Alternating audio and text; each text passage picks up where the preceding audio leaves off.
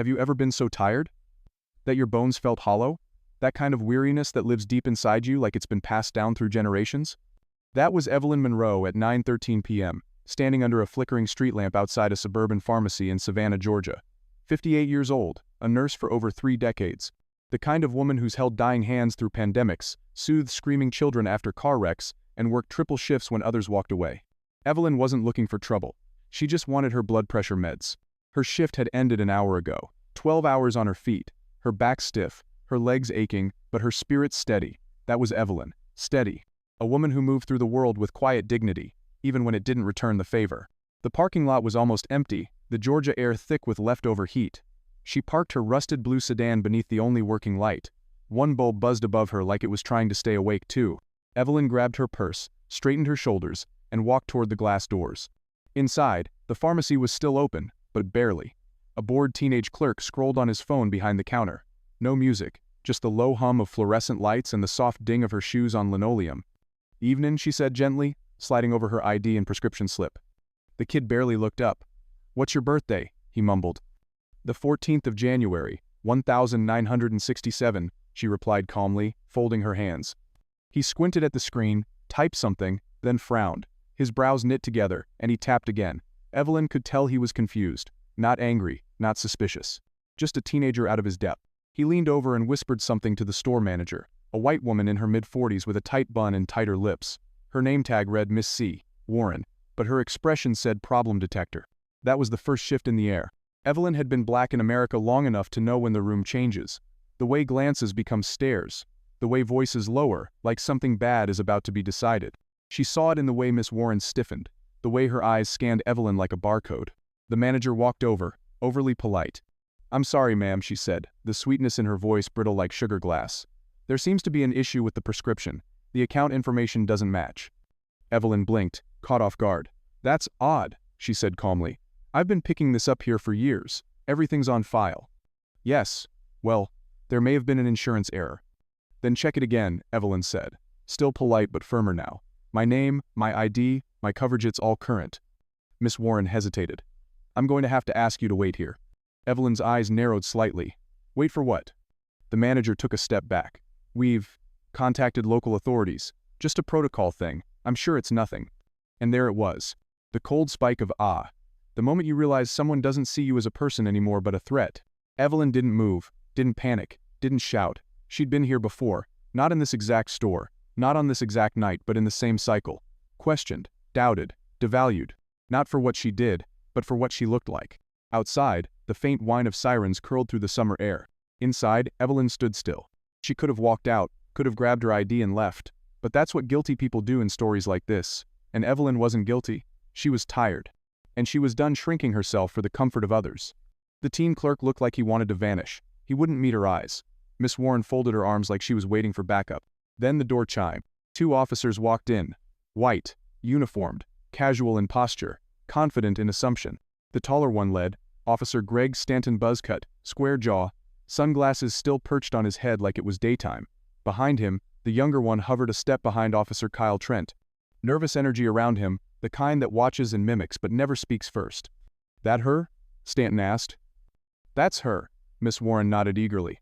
She tried to fill a prescription with mismatched insurance. Could be identity fraud. Stanton didn't even look at the screen, didn't ask to see the ID. He stepped forward, puffed up like a lion spotting prey. "Ma'am, I'm going to need you to step outside."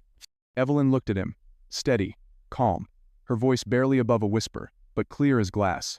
"I haven't done anything wrong." Trent shifted, uncertain, but Stanton was already bristling. "We can do this the easy way or the hard way." Evelyn didn't flinch.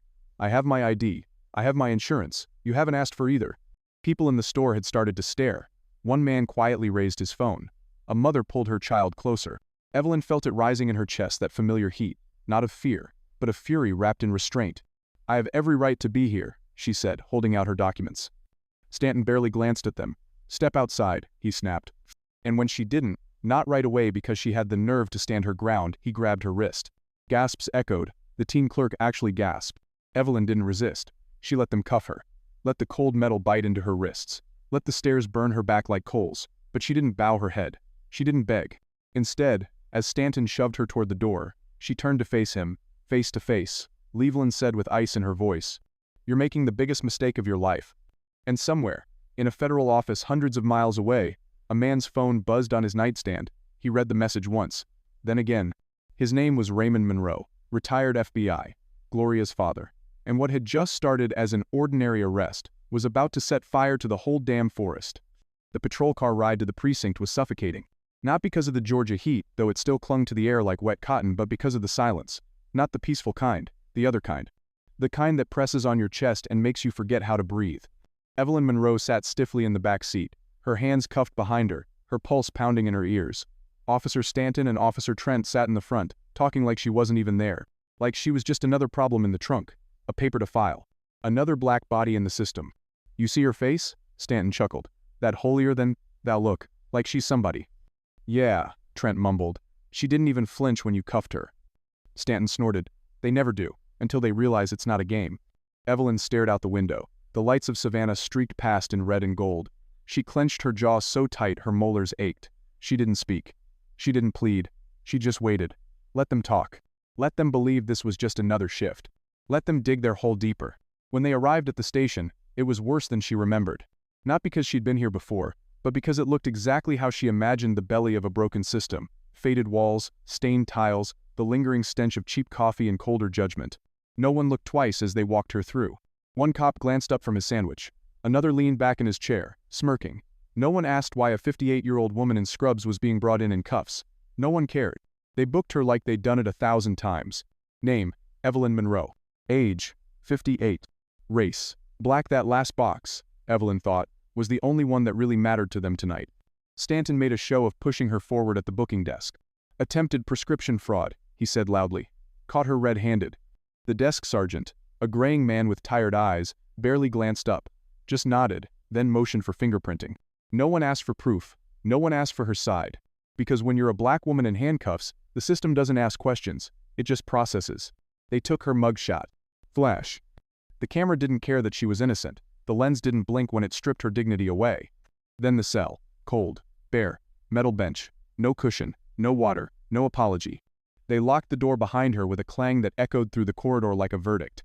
Officer Stanton smirked through the bars. "You want to tell us the truth now?" he asked, his voice dripping with fake sympathy. "Might go easier if you just admit it." Evelyn raised her chin, steady as stone. "The truth is, you just ruined your career." Trent laughed weakly from behind Stanton. "Yeah? You got some lawyer in your purse we didn't find?" Evelyn didn't answer. She didn't have to. Because 3 states away, her father had already put on his suit jacket. Raymond Monroe didn't raise his voice when he made the call.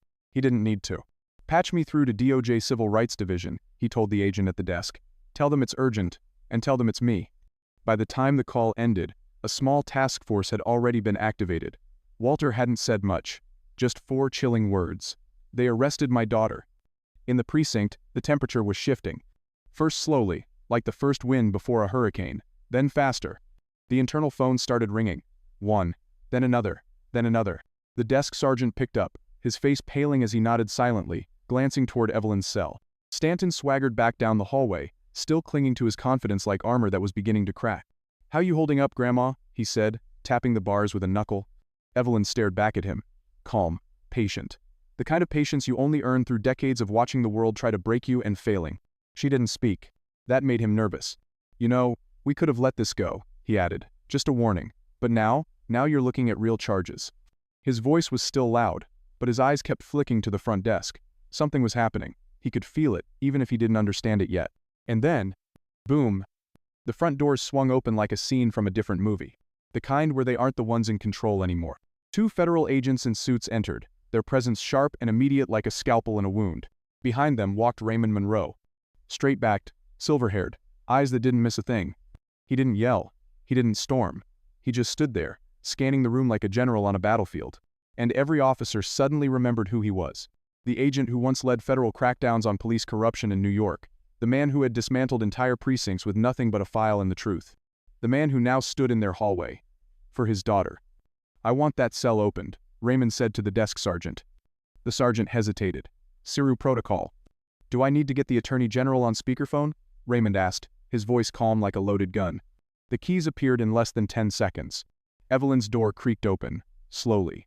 As if the hinges themselves understood the weight of the moment. She didn't rush out. She stood, one vertebra at a time, pain radiating through her back but dignity lifting her higher. Raymond extended a hand. Evelyn didn't take it. She walked out on her own. Past Stanton, who now looked less like a lion and more like a deer in headlights. Past Trent, who suddenly found the floor fascinating. She didn't speak. She didn't gloat. She just moved.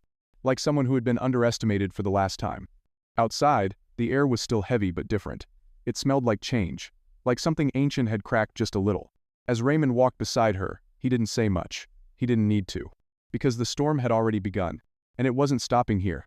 Back inside the station, the atmosphere had changed completely. It wasn't just tensite, it was brittle. Like one wrong word might crack the whole place open. Officers whispered in corners. Phones rang and rang and rang. No one was picking up. Everyone was watching the door, the hallway, the woman who had just walked out of that cell like she'd owned it. But Evelyn didn't care about the eyes. She stood by the desk now, beside her father. Raymond Monroe didn't raise his voice. He didn't need to. His calm was more terrifying than any shouting. "Your officers arrested a licensed nurse without probable cause," Raymond said, his voice level, controlled. "They ignored valid ID, refused documentation, and paraded her in cuffs without legal grounds. You know what that is?" The desk sergeant didn't answer. "It's a federal civil rights violation," Raymond said, "and the Department of Justice is already watching." Across the room, Stanton's bravado was crumbling. His jaw clenched, his chest heaved, but his eyes kept darting to the federal agents like he was trying to calculate how bad this really was. He still hadn't done the math. Yet. One of the agents stepped forward, a woman with sharp eyes and a tablet tucked under her arm. "We'll need access to all body cam footage from tonight," she said flatly. "Every second. No edits." The sergeant hesitated. We need a warrant for that." The agent didn't even blink. "You waived that the moment you initiated an arrest without cause. Congratulations." Behind her, another agent was already plugging into the precinct's servers, screens flickering to life across the monitors. And there it was. Evelyn's arrest. From two angles. Bodycam footage, surveillance footage. Crystal clear. Her handing over her ID. Her explaining herself. Her standing still. Calm. Firm. And then Stanton grabbing her wrist, forcing her into cuffs. The room fell dead silent. No one could talk their way out of this. No amount of paperwork, no chain of command excuses. It was right there frame by frame what they'd done to her. What they'd always done to people like her. "You're making the biggest mistake of your life." Her voice echoed from the screen, recorded live by Stanton's body cam. The female agent paused the video, turned the screen to face the room. "This," she said, her voice low but sharp enough to cut, "is what happens when you think no one is watching." Everyone was watching now. Across the country. Because by then, the video had hit Twitter, Facebook, TikTok, Reddit. A bystander's clip from the pharmacy was already trending. Number nurse in cuffs. The body cam footage would only pour gasoline on the fire. Outside the precinct, a crowd had gathered. People from the pharmacy, local activists, curious citizens. They stood by the doors, holding signs, filming with phones, chanting Evelyn's name. It wasn't just a story now. It was a reckoning. Inside, Officer Trent leaned against the wall, pale and silent, eyes sunken.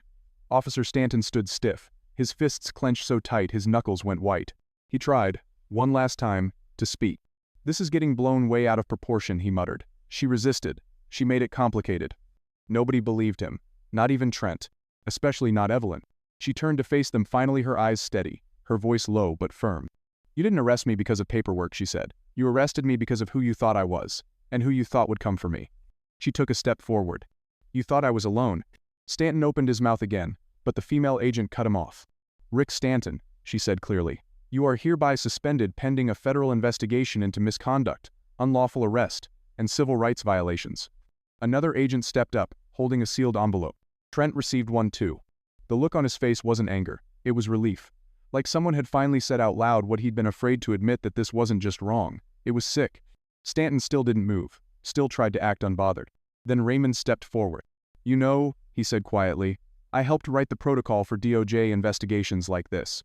He leaned in, his voice barely above a whisper. "Your name's already on the list, Rick. You're not just suspended, you're finished." It wasn't a threat. It was a promise. Stanton didn't respond. He just stood there, red-faced and silent, as an agent escorted him away. Later that evening, Evelyn stood by the glass front doors of the station, watching the crowd swell. The chants were growing louder. Signs bobbed above heads. "Justice for Evelyn. We see you.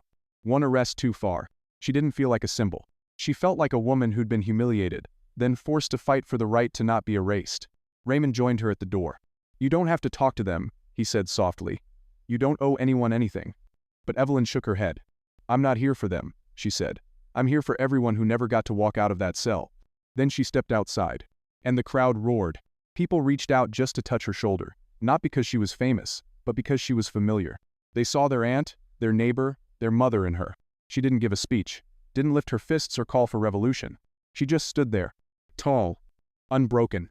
And behind her, federal agents filed out of the station carrying boxes, computers, files, folders, years of buried complaints, forged reports, and ghosts of people the system had failed. The building that once symbolized power now looked like what it really was, a house of cards in a windstorm. And Evelyn? She was the wind. The headlines came the next morning fast, fierce, and impossible to ignore. Black nurse wrongfully arrested daughter of retired FBI legend. Dodge launches civil rights probe into Savannah police. The woman in the blue scrubs who changed everything. By noon, Evelyn Monroe's face was everywhere. Not the mugshot. Not the cuffs. The photo they used was the one from the station steps. Her standing tall under the streetlights, crowd behind her, chin lifted not in defiance, but in dignity. She hadn't asked to be here. But now that she wasn't going to shrink. Inside the Department of Justice's Temporary Operations Center, a conference room, hastily converted 3 blocks from the Savannah precinct, federal agents were working like a machine. Files, emails, body cam footage. Every detail from the department's last 5 years was being pulled apart, thread by thread. What they found was worse than anyone had expected. 15 formal complaints against Officer Stanton, 7 against Trent, dozens more against other names. Use of force, racial profiling, misconduct, fabricated reports, even disappearing footage, some of which had miraculously reappeared the moment federal servers got involved. It wasn't a few bad apples. It was a tree rooted in rot. Evelyn sat quietly in a chair by the window, watching the agents work. She wasn't running this investigation, she didn't want to. But every one of them treated her like the spark that lit the fuse, because she was. At one point, Agent River Wraith, sharp-eyed woman from the station, handed her a cup of coffee and said simply, "You made them look. Not just at what they'd done, but at what they'd ignored for years." Later that week, Evelyn was invited to speak at a press conference. She didn't want to go, but Raymond gently reminded her, "You're not just speaking for yourself anymore. You're speaking for everyone who didn't get to walk out of that cell." And so she went. No speechwriters, no applause lines, no rehearsals. Just her voice, steady and clear, speaking truth into a microphone in front of flashing cameras. "I'm not a hero, I'm not a headline, I'm just a tired woman who wanted her medicine after work. But I was seen as a threat before I even opened my mouth. I stood in that pharmacy, knowing exactly what was about to happen, and not because of what I'd done, but because of who I was and how I looked.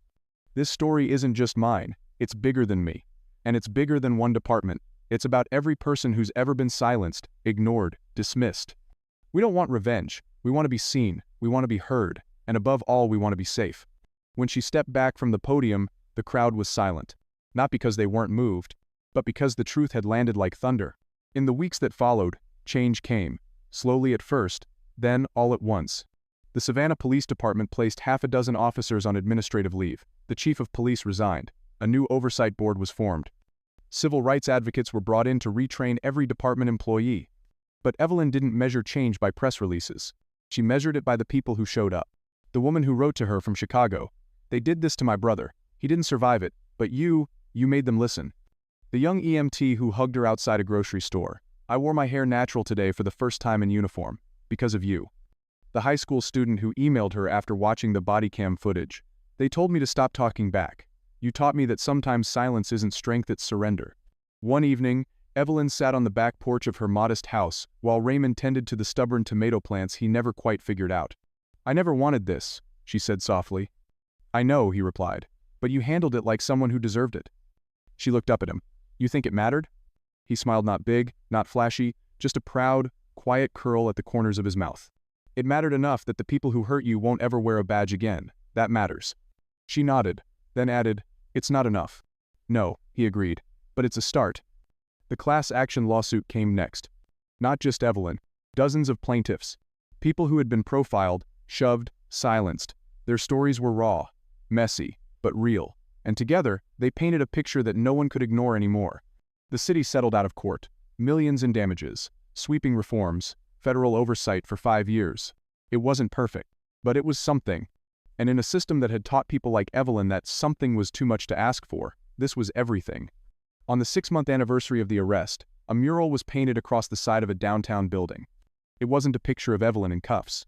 It was her walking away from the precinct, head high, back straight, her father one step behind her, hands in his pockets, watching the road ahead. Underneath, in big bold letters, "You thought she was alone." As the video closes, Evelyn's voice plays over quiet footage. A street in Savannah, a kid riding a bike, a woman locking up her bakery, a black nurse walking home after a shift, just like she used to. You don't have to be loud to be powerful. You don't have to be famous to be right. You just have to stand when they expect you to kneel. Have you ever been treated like you didn't belong until someone reminded you that you did? Share your story below. Let the world know. We see you.